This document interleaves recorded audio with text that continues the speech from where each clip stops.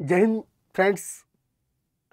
आजच त्या ठिकाणी राज्यसेवा पूर्व परीक्षा 2025 हा पेपर त्या ठिकाणी झाला. हा पेपर जर बघितला तर त्या ठिकाणी या वर्षीपासून आपल्याला माहीत आहे की आयोगाचा जो पॅटर्न आहे मेन्ससाठी चेंज होतोय. म्हणजे ही पहिली परीक्षा आहे की मेन्स ही आपली डिस्क्रिप्टिव्ह होणार आहे आणि त्या अनुषंगाने ही पहिली पूर्व परीक्षा आहे. मला असं वाटत होतं की थोडंसं त्या ठिकाणी आयोग पूर्व परीक्षेमध्ये सुद्धा काही बदल करू शकेल का किंवा पॅटर्न चेंज होईल का, पण तसं काही बघायला भेटत नाही. परंपरेप्रमाणे आयोगाने यावर्षीसुद्धा जनरल सायन्सचे त्या ठिकाणी 20 प्रश्न विचारलेले आहेत. बाकीच्या प्रश्नाचं ज्यावेळेस त्या ठिकाणी मी फॅकल्टीसोबत चर्चा करतोय तर बाकीचे जे विषय आहेत, हिस्ट्री असेल, जॉग्राफी असेल, पॉलिटी, इकॉनॉमिक्स, तर जे प्रश्न होते तर इझी टू मॉडरेट लेवलचे प्रश्न आपल्याला बघायला भेटतात. पण ज्यावेळेस जनरल सायन्सच्या प्रश्नाचा विचार करू तर त्या ठिकाणी 4 ते 5 क्वेश्चन असे आहेत की खूपच जास्त फॅक्च्युअल कंटेंट आहे. ज्या विद्यार्थ्यांना ते माहिती आहे तरच माहीत आहे, बाकी इतर त्या ठिकाणी त्या प्रश्नापर्यंत पोहोचणं थोडंसं कठीण जातं. म्हणजे या पेपरमध्ये ज्या विद्यार्थ्यांना या 20 पैकी 12, 13, 14, 15 जरी त्या ठिकाणी क्वेश्चन तुम्ही व्यवस्थित सॉल्व करत असाल तर तुम्ही विन विन सिच्युएशनमध्ये आहे असं मी बोलू शकतो. थोडक्यामध्ये आजच्या पेपरचं आपण जनरल सायन्सचं आपण ॲनालिसिस करू. माझ्याकडं सी सेट आहे. क्वेश्चन नंबर 51 पासून जे आहे हे जनरल सायन्सचे प्रश्न विचारलेले आहेत. जास्त वेळ आपण त्या ठिकाणी न घालता डायरेक्टली प्रश्नांचं आन्सर त्या ठिकाणी काय आहे हे बघण्यासाठी आपण पुढे जाऊ. क्वेश्चन नंबर 51 आहे.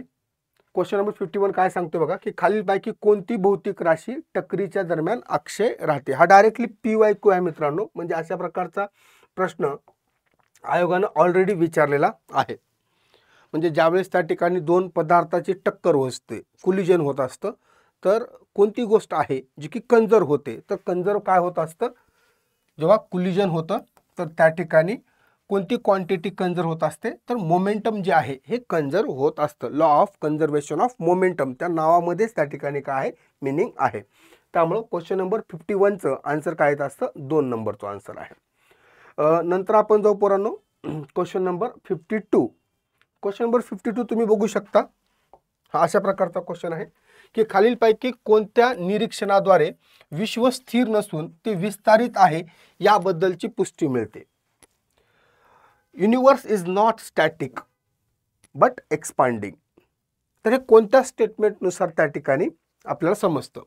प्रकाशाच्या वेगाची स्थिरता, त्या ठिकाणी प्रकाशाचे वक्रीभवन, okay, bending of light while passing near to the black hole, अशा प्रकारचे आन्सर आहेत. तर याचा आन्सर येतं आन्सर नंबर 1 आहे. तर red shift in the light coming from distant galaxies. दूरवरच्या आकाशगंगामधून येणाऱ्या प्रकाशात आढळणारे लाल रंगाकडील विस्थापन हे त्याचं करेक्ट आन्सर आहे. क्वेश्चन नंबर 52 याचा आन्सर येतं 1 नंबर, ऑप्शन 1 इज बरोबर.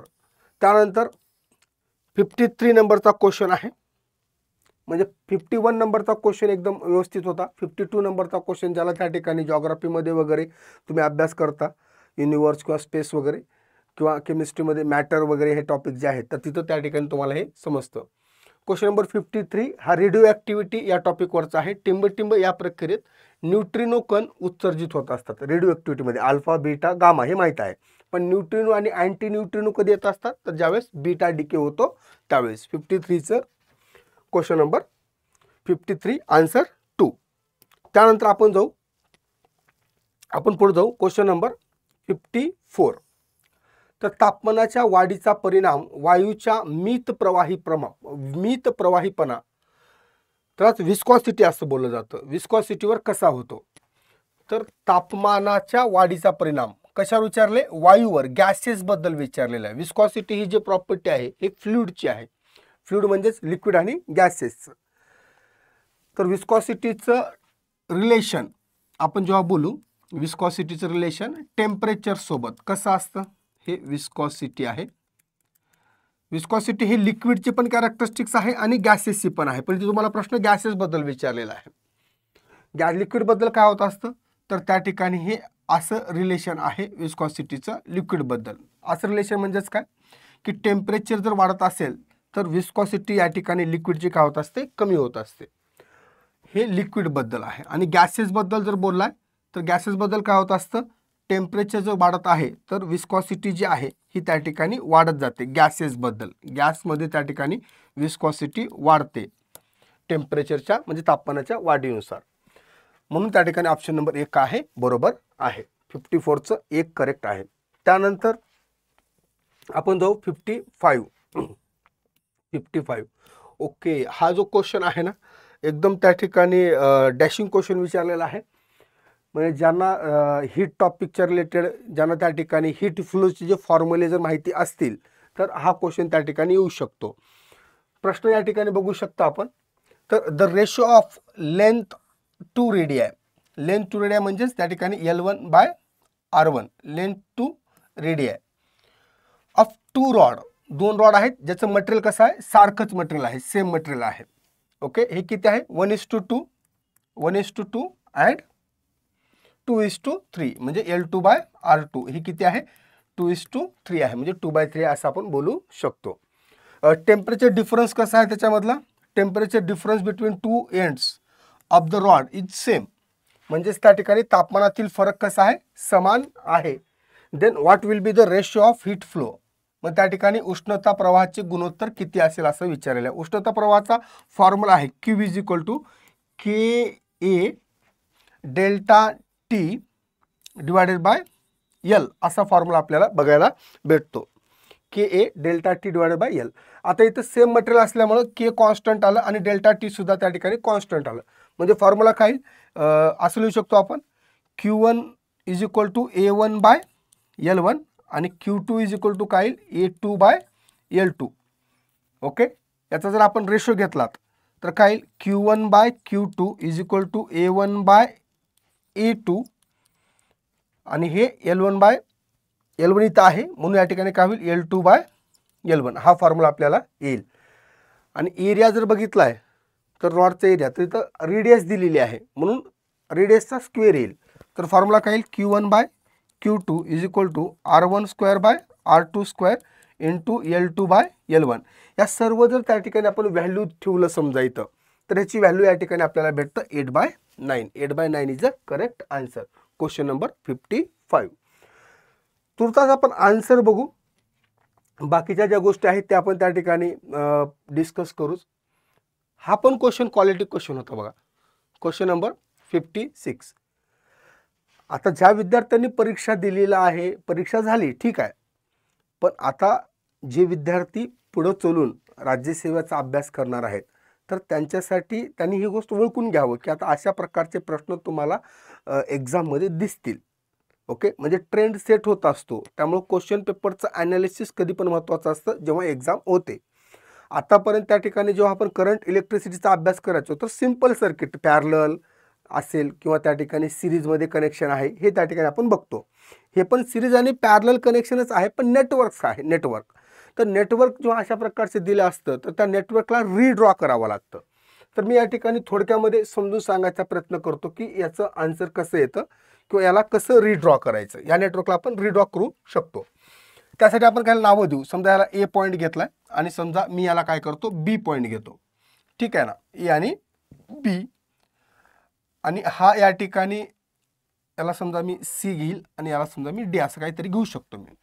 मग काय होत आहे की A आणि Dच्या मध्ये 1 ओहमचा रेजिस्टन्स आहे, A आणि C च्या मध्ये 2 ओहमचा रेजिस्टन्स आहे 2 पॉईंटमध्ये, बरोबर.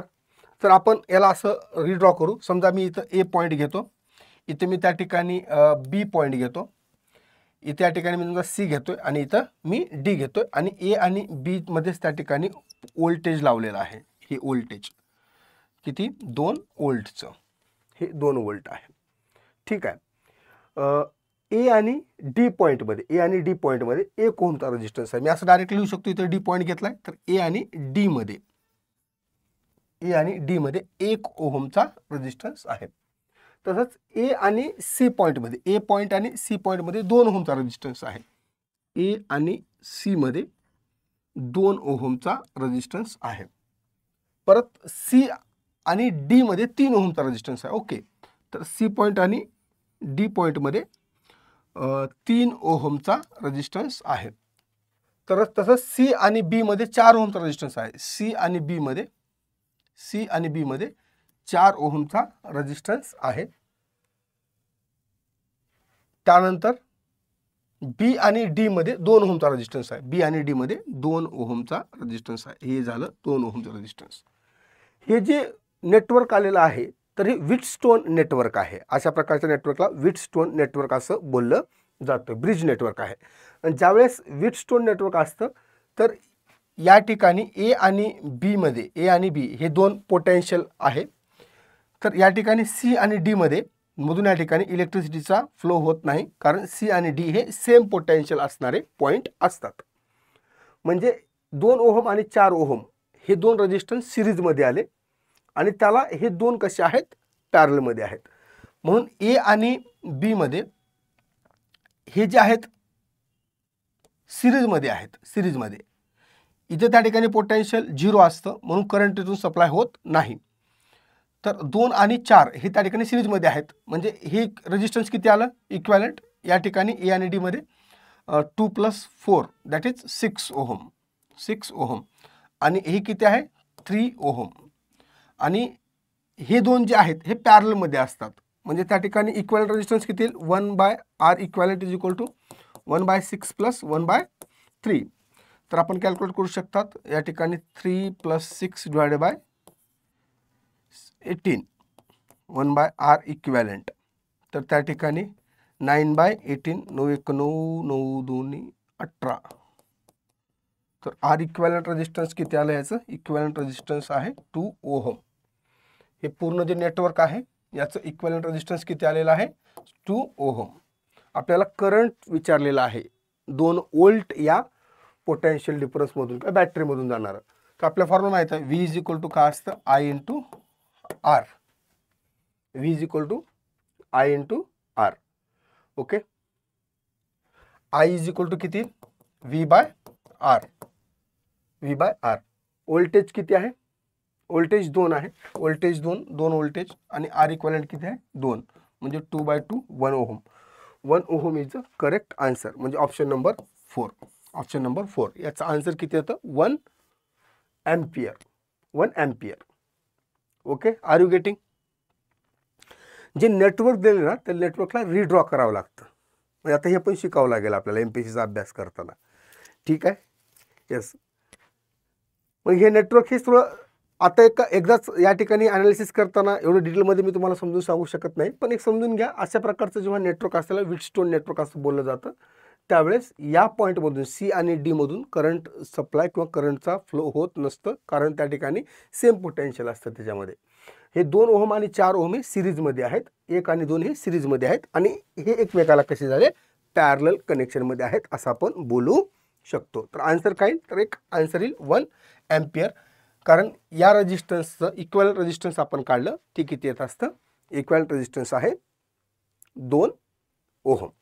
ओके. आणि V is equal to I R हा फॉर्म्युला वापरला तर आय इज इक्वल टू काय येत असतं, व्ही बाय आर. व्होल्टेज 2 आहे, रेजिस्टन्स 2 आहे, 2/2 1 येतं. ओके. तर त्याचा आन्सर आहे 1 एम्पियर. 56चा आन्सर येतं 4. 57 नंबरचा क्वेश्चन या ठिकाणी तुम्ही बघू शकता. क्वेश्चन नंबर 57 काय सांगितलंय, तर सायट्रस कॅन्कर हा रोग कोणत्या प्रकारच्या रोगजनकामुळे होत असतो, pathogen. Citrus canker is caused by which type of pathogen. हा क्वेश्चन जो आहे आवाक्यातला क्वेश्चन होता. आणखी त्या ठिकाणी प्लांट डिसीजवरचे क्वेश्चन आयोगाने याच्यापेक्षा पुढे जाऊन त्या पॅथोजनचे नावं वगैरे विचारलेलं आहे. तर इथं सिम्पल क्वेश्चन होता. तर तो सायट्रस कॅन्कर जो आहे हा जीवाणू म्हणजे बॅक्टेरियल डिसीज आहे असं आपण बोलू शकतो. पुढे जाऊ. क्वेश्चन नंबर 58चा आन्सर काय येतं, क्वेश्चन नंबर 58. स्क्लेराइड्स श्रेणी टिंबटिंब आहेत. तर मॅक्रोस्क्लेराइड, ऑस्टिओस्क्लेराइड, ट्रॅकाइड्स आणि ॲस्टेरोस्क्लेराइड्स असं त्या ठिकाणी हे आन्सर आपल्याला आहेत. तर याचं आन्सर काय येतं असतं, ट्रॅकाइड्स जे आहेत, ट्रॅकाइड्स हे बी त्या ठिकाणी काय आहे, करेक्ट आहे. ओके. म्हणजेच त्या ठिकाणी ट्रॅकाइड्स म्हणजे क जे आहे, स्क्लेराइड्स श्रेणी हे टिंबटिंब आहेत. त्याच्यामधलं बघितलं तर मॅक्रोस्क्लेराइड्स, ऑस्टिओस्क्लेराइड्स आणि ॲस्टेरोस्क्लेराइड्स, त्याच्यामधले ट्रॅकाइड्स जे आहे हे त्या ठिकाणी येत नाही. म्हणजे अ ब आणि ड, अ ब आणि ड हे तिन्ही विधाने बरोबर आहेत. म्हणजे ऑप्शन नंबर काय 3 करेक्ट आहे. Option number 3. नावातच आपण बघू शकता स्क्लेराइड स्क्लेराइड स्क्लेराइड भेटत आहे आणि हे ट्रॅकाइड्स येणार नाही. म्हणजे ऑप्शन नंबर 3 अ ब आणि ड का असेल बरोबर असेल. पुढे जाऊ आपण. पुढे जाऊ 59. जर संरक्षक पेशीमध्ये टिंब घटक जमा झाले तर रंध्र उघडले जाते. ज्यावेळेस आपण मिनरल न्यूट्रिएंट जेव्हा बघितलं होतं तर त्या ठिकाणी opening and closing of stomata हे याच्यासाठी कोणतं न्यूट्रिएंट आवश्यक असतं तर त्याचं आन्सर काय येतं potassium. Potassium is the correct answer. 59चा आन्सर काय 59चा ऑप्शन येईल ऑप्शन नंबर 2 इज करेक्ट. त्यानंतर पुढे जाऊ क्वेश्चन नंबर 60. बघा हा क्वेश्चन जेव्हा क्वेश्चन मोठा असतो ना पोरांनो तर तो आणखी सोपा असतो हे लक्षात घ्या. काय सांगितले की स्पायरोगायरा या शेवाला संबंधी खालीलपैकी कोणती विधाने अचूक आहेत बरोबर कोणते आहेत विचारलेलं आहे. ओके. सामान्यतः त्याला तलावातील घाण असे म्हणलं जातं. स्पायरोगायराला म्हणतात it is commonly called as pond scum. तलावातील घाण असं बोलतात. ते सागरी पाण्यात वाढते हे चुकीचं आहे बघा. Spirogyra is a fresh water algae. Fresh water गोड्या पाण्यामध्ये आढळणारा त्या ठिकाणी शेवाल आहे. ब चुकीचा आहे. आता ब असणारे ऑप्शन कोणते आहेत हा पण ब आहे इथं पण ब आहे आणि इथं पण ब आहे. म्हणजे या ठिकाणी इलिमिनेशन मेथडनं जर बघितलं तर हे ऑप्शन काय ऑप्शन नंबर 3 काय करेक्ट असेल. ब चुकीचा आहे. म्हणून क्वेश्चन नंबर 60चा आन्सर त्या ठिकाणी आपण 3 सांगू शकतो. त्यानंतर पुढे जाऊ क्वेश्चन नंबर 61. कोणत्या झाडाच्या फुले पाने व बिया वापरून मारिजुआना हे अंमली पदार्थ तयार करतात. आता आपण जर बघतोय तर मागच्या 2-3 वर्षाच्या पेपर बघितलं तर एखादी क्वेश्चन अंमली पदार्थावर वनस्पतीचा नाव वगैरे त्या ठिकाणी आयोग विचारत आहे.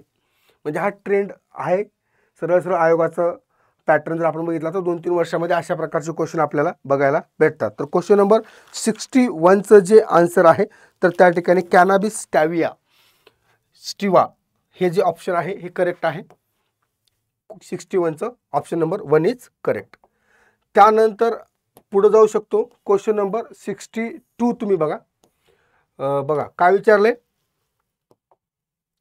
अनुवंशिक कोडमधील एन फॉर्मिल मिथेनॉइन साठी प्रारंभिक कोड कोणता.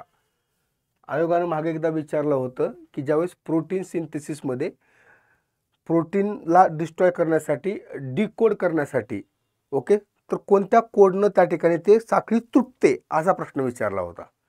परत आयोगानं त्याच धर्तीवर प्रारंभिक कोड विचारला. म्हणजे RNA tRNA हे जे असतात जे की प्रोटीन सिंथेसिसचं काम करत असतात तर प्रारंभिक कोड जो असतो हा प्रारंभिक कोड कोणता असतो AUG असतो. क्वेश्चन नंबर 62चं आन्सर काय आहे 4 आहे. क्वेश्चन नंबर 62चं आन्सर काय आहे 4.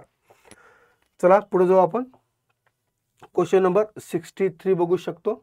खालीलपैकी हार्मोन्सचा कोणता संच मासिक पाळीचे नियमन करतात. तर मासिक पाळीचे नियमन करण्यासाठी कोणते आहेत तर या ठिकाणी FSH फॉलिकल स्टिम्युलेटिंग हार्मोन हे लागतं. ओके. LH हार्मोन लागतं. एस्ट्रोजन आणि प्रोजेस्ट्रॉन. म्हणजे ऑप्शन नंबर 1 का आहे करेक्ट आहे. Question number 63 option number 1. त्याच्यानंतर क्वेश्चन नंबर 64. 63 ठीक आहे रे. 63 जो क्वेश्चन आहे आपण ह्युमन हार्मोन्स बघत असतो तर त्या ठिकाणी त्या हार्मोन्सवरून हा आन्सर काय होत असतं आपण टॅकल करू शकतो. पण हा जो क्वेश्चन आहे मानवी जीनोम प्रकल्प चे मुख्य उद्दिष्ट त्या ठिकाणी विचारलेलं आहे. तर मानवामधील 20,000 ते 25,000 जनुके जे आहेत ते ओळखणे हे एक उद्दिष्ट आहे. DNA मधील 5 बिलियन बेस पेअर्सचा क्रम निश्चित करणे हे विचारलेलं आहे. तर ॲक्च्युअलमध्ये त्या ठिकाणी ज्यावेळेस आपण मानवी जीनोम प्रकल्प 1990 हे जर बघतोय तर तिथं 3 बिलियन असं दिलेलं आहे. त्यामुळे ब आन्सर नाही आहे. त्यामुळे 1 आणि 4 आन्सर इनकरेक्ट आहे. त्यानंतर नव्याने प्राप्त जिनोमिक ज्ञानाचा संशोधन व औषधी शास्त्रात समावेश करणे हे त्या ठिकाणी आन्सर आहे. याचं आन्सर तुम्हाला मी सांगतो फक्त अ आणि क. तुम्ही काय करेक्ट केलेलं आहे का क्वेश्चन स्किप केला हे त्या ठिकाणी तुम्ही बघू शकता. 64चं ऑप्शन 2 इज करेक्ट. त्यानंतर आपण पुढे जाऊ. Question number 65. तर व्यावसायिक तंतूच्या उत्पादनात लोकरीला पर्याय म्हणून खालीलपैकी कोणाचा वापर केला जातो? तर आर्टिफिशियल ऊल म्हणून कसा वापर केला जातो? तर पॉलीॲक्रिलोनायट्राइल हे त्याचा आन्सर आहे. आर्टिफिशियल ऊल म्हणून पॉलीॲक्रिलोनायट्राइलचा वापर केला जातो. त्याच्यानंतर आपण पुढे बघू शकतो. थंडी वाजताय सध्या, एवढे जे स्वेटर वगैरे आपण जो बघतोय तर त्या ठिकाणी पॉलीॲक्रिलोनायट्राइल हे त्या ठिकाणी वापरलं जातं आर्टिफिशियल ऊल म्हणून. खालीलपैकी कोणत्या औषधाचे वर्गीकरण वेदनाशामक म्हणजे त्या ठिकाणी ॲनाल्जेसिक्स आणि ज्वरशामक म्हणजे त्या ठिकाणी अँटीपायरेटिक्स असं विचारलेलं आहे. म्हणजे आपलं तापीचं औषध सरळ सरळ विचारलेलं आहे ताप कमी होण्यासाठी. अँटीपायरेटिक्स म्हणजे ज्वरनाशक, ज्वरशामक आणि वेदनाशामक असं आहे. ऑप्शन आहेत वेरोनॉल, बेनेड्रिल, पेनिसिलिन. पेनिसिलिन या ठिकाणी अँटीबायोटिन आहे बरं का. अँटीबायोटिक म्हणून त्या ठिकाणी आपण पेनिसिलिनचा वापर करत असतो. त्यामुळं ही आन्सर येत नाही. तर आन्सर काय आहे त्या ठिकाणी? पॅरासिटामॉल आहे. पॅरासिटामॉल. ड हे करेक्ट आहे, फक्त ड. 66चं आन्सर आहे ऑप्शन नंबर 4. त्याच्यानंतर आपण पुढे जाऊ शकतो. Question number 67. हा क्वेश्चन कार्बोहायड्रेट्स टॉपिकमध्ये आपण बघत असतो. जे कार्बोहायड्रेट्सचे आपण ज्यावेळेस क्लासिफिकेशन करतो, मोनोसॅकराइड्स, डायसॅकराइड्स, ट्रायसॅकराइड्स, पॉलिसॅकराइड्स. तर इथं सरळ आहे मोनोसॅकराइड्स कोण आहे? तर ग्लुकोज ही मोनोसॅकराइड्स आहे आणि डायसॅकराइड्स हे सुक्रोज आहे. Sucrose, fructose, galactose. त्याच्यानंतर ट्रायसॅकराइड्स कोण आहे? रॅफिनोज ही ट्रायसॅकराइड्स आहे, रॅफिनोज. आणि पॉलिसॅकराइड्स कोण आहे? स्टार्च. म्हणजे मोनोसॅकराइड्स ग्लुकोज आहे. अचं काय? 3. अचं 3 बरोबर आहे. इथं 2 ऑप्शन म्हणजे हे 2 काय झाले? कॅन्सल झाले. ट्रायसॅकराइड्स रॅफिनोज आहे. डायसॅकराइड्स सुक्रोज आहे. म्हणजे बचं 2, बचं 4, बचं 4 हे आहे. म्हणजे ऑप्शन नंबर 4 करेक्ट आहे. आणि कचं 1 ट्रायसॅकराइड रॅफिनोज आणि पॉलिसॅकराइड स्टार्च. म्हणजे ऑप्शन नंबर 4 काय करेक्ट आहे. Question number 67. त्याच्यानंतर आपण पुढे जाऊ. क्वेश्चन नंबर 67 नंतर क्वेश्चन नंबर 67, क्वेश्चन नंबर 68. हायड्रोजनचे समस्थानिके जे आहेत ना, तर त्यांचे अनुक्रमे समस्थानिके आणि त्याचे अनुक्रमे वस्तुमान गुणोत्तर isotope of hydrogen and their respective mass ratio हा विचारलेला आहे. 3 आयसोटोप्स आपल्याला माहिती आहे, प्रोटियम, ड्यूटेरियम आणि ट्रिटियम. प्रोटियम म्हणजेच काय असतं? 1H1. ड्यूटेरियम म्हणजे काय असतं? 1H2. आणि ट्रिटियम म्हणजेच काय? 1H3. मग ह्याचा मास रेशो काय? 1:2:3. हे 4 नंबरचा करेक्ट आहे. Question number 68. त्याच्यानंतर आपण जाऊ क्वेश्चन नंबर 69. हा क्वेश्चन तुम्ही वाचू शकता. क्वेश्चन वाचता समजलं पाहिजे की ऊर्जा उत्पादनासाठी खालीलपैकी कोणता किंवा कोणते पर्याय कोणत्याही स्वरूपात कार्बनचा वापर करत नाहीत. कार्बनचा वापर म्हणजे खालीलपैकी आपण लाकूड, बायोगॅस किंवा भू औष्णिक स्रोत असेल किंवा कोळसा असेल, याच्यामध्ये असा कोणता सोर्स आहे की ज्याच्यामध्ये कार्बन नसतंच बा, असं विचारलेलं आहे. कार्बनचा वापर नाही त्याच्यामध्ये. लाकूड म्हणलं की कार्बन असतं, बायोगॅस म्हणलं की कार्बन असतं, कोळसा म्हणलं की कार्बन असतं. भू औष्णिक स्रोत म्हणजे त्या ठिकाणी जिओथर्मल एनर्जी जी आहे, जिओथर्मल एनर्जी पृथ्वीच्या गाभ्यामध्ये तयार होणारी जी ऊर्जा असते, तर त्याच्यामध्ये त्या ठिकाणी आपल्याला आन्सर जे आहे याचं काय असू शकतं? तर भू औष्णिक स्रोत. कारण की सरळ सरळ लाकूड, बायोगॅस आणि कोळसा याच्यामध्ये कार्बन असतंच. त्यामुळे फक्त क हे आन्सर असण्याची शक्यता काय आहे? खूप जास्त आपल्याला बघता येतं. त्याच्यानंतर क्वेश्चन नंबर 17 हा तुम्हाला मॅग्नेशियम क्लोराईड MgCl2. मॅग्नेशियम क्लोराईडमध्ये मॅग्नेशियम आणि क्लोरीन अणूमध्ये कोणता रासायनिक बंध तयार होतो हा प्रश्न विचारलेला आहे. केमिकल बॉन्ड कोणता आहे? तर त्या ठिकाणी आयनिक बंध आहे, आयनिक बॉन्ड आहे. ब म्हणजे फक्त ब, ऑप्शन नंबर 4. अशा प्रकारचे क्वेश्चन आहेत. तर या एकूण 20 क्वेश्चनपैकी मी तुम्हाला सांगतो की कोणते क्वेश्चन असे होते की ते जमायला पाहिजे बघा. तर हा क्वेश्चन नंबर 17 हा प्रत्येकाला जमायला पाहिजे की MgCl2 मध्ये कोणता बॉन्ड असतो? आयोनिक बॉन्ड असतो. ओके, एक क्वेश्चन हा जमलाच पाहिजे होता सगळ्यांना. त्याच्यानंतर क्वेश्चन नंबर 69 हा सुद्धा एकदम सोपा प्रश्न आहे, म्हणजे हा दुसरा क्वेश्चन जो की त्या ठिकाणी जमायला पाहिजे. त्याच्यानंतर हा तिसरा प्रश्न आहे, हायड्रोजन मधील समस्थानिके. हा प्रश्न सुद्धा त्या ठिकाणी जमायला पाहिजे. 3 प्रश्न. हा जो आहे 67, हा सुद्धा क्वेश्चन जमायला पाहिजे, म्हणजे हा चौथा प्रश्न. म्हणजे तुम्हाला मी काय सांगतोय की तुम्ही जेवढे क्वेश्चन सॉल्व्ह केले त्यापैकी कोणते क्वेश्चन आहेत ते तुम्हाला जमायलाच पाहिजे होते. हे 67 म्हणजे 4 क्वेश्चन आहेत, ते जमायलाच पाहिजे होते.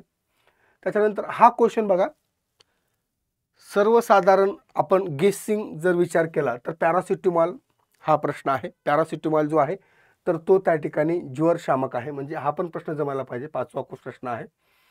ओके, हा त्या ठिकाणी शक्यता कमी असते. बरेच जणांना माहिती आहे, माहिती नाही हे आपण सांगू शकत नाही. हा पण प्रश्न मी त्या ठिकाणी स्किप करतो. समजा हा जमायला पाहिजे. 6 क्वेश्चन. ओके, हा पण क्वेश्चन काही जणांना माहिती आहे, काही जणांना माहित नाही. हा क्वेश्चन जमायला पाहिजे. 7वा, स्पायरोगायरा हा त्या ठिकाणी फ्रेश वॉटरमध्ये असतो. 7. ओके, हा क्वेश्चन सुद्धा जमायला पाहिजे. 8 नंबरचा question, opening and closing of stomata. हा त्या ठिकाणी ट्रिक्स इलिमिनेशन मेथडनं हा क्वेश्चन त्या ठिकाणी तुम्ही सॉल्व्ह केला तर चांगला आहे. 8 हा एक क्वेश्चन आहे. बॅक्टेरिया 9. ओके,